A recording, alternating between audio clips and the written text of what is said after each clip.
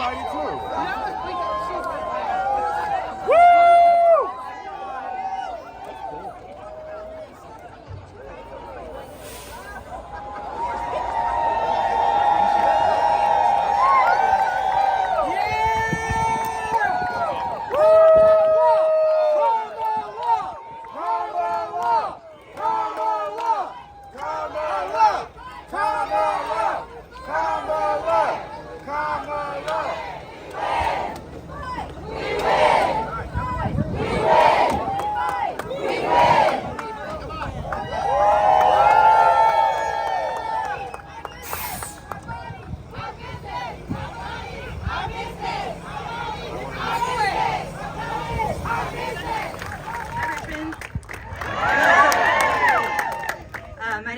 Zurawski, and I live in Austin, Texas. We have some Austin fans.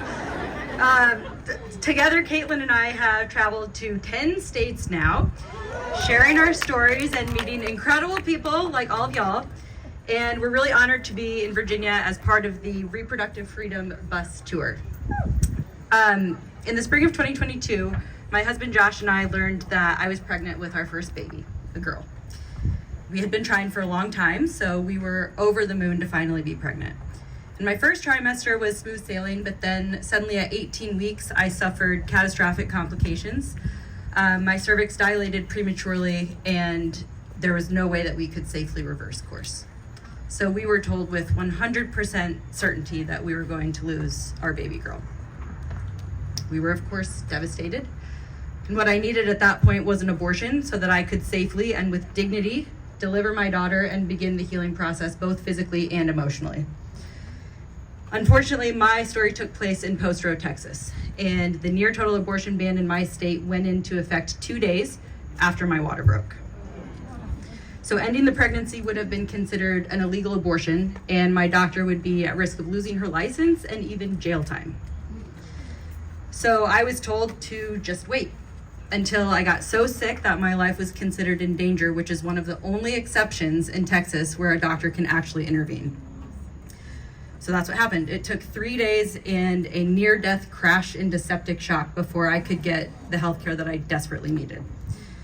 After stabilizing my vitals enough to deliver our baby, who we named Willow, my vitals crashed again with another bout of sepsis, and I was transferred to the ICU, where I remained for 3 days. My parents were called and flew in from across the country because they weren't sure I was going to make it through the night. But it was in that dark and lonely hospital room that I realized I was actually lucky, because I lived. And I knew that others weren't going to be so lucky. Let's be clear, what I went through was nothing short of barbaric, but it didn't need to happen. It did because of Donald Trump and his allies. That's right. Exactly. They continuously brag about killing Roe v. Wade, and it is unthinkable to me that anyone could cheer on these bans that nearly cost me my life. But they do. Adding to his cruelty, Trump has said that there should be some form of punishment for women who have an abortion, women like me who already face the devastating punishment of losing a child. My husband Josh and I are now desperately trying to start a family through IVF, and earlier this year we watched in terror as the Alabama Supreme Court issued a ruling that instantly halted IVF services in that state. Again, let's be clear, this only happened because of Donald Trump, Republican extremists, and their policies. Time and again, Trump refuses to say that he would veto legislation that would threaten IVF access for families across the country. He won't. As you know, Virginia stands as the only state in the South with access to comprehensive reproductive health care. That's right.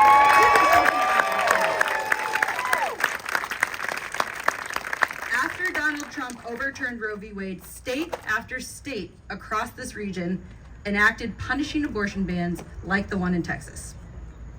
But after your governor campaigned on a Trump-style abortion ban here, you resoundingly rejected his extreme agenda. You flipped the House of Delegates. So voters here have shown up to protect reproductive freedom. And I know you will show up again at the ballot box. And let's do it for the governor. And I know you will vote for the only candidates who are fighting to protect, not slash, our rights. That's why, as you know, we have to elect Vice President Harris and Governor Walz. They are fighting for our reproductive freedom, and they will not stop until they restore the protections of Roe so that people in every single state have access to the health care that they need and deserve. You know the stakes of this election could not be higher for our lives and for our future. And after spending a little bit of time in Virginia, I can tell you all understand the assignment, and I'm pretty sure you're gonna get it done. So thank you very much.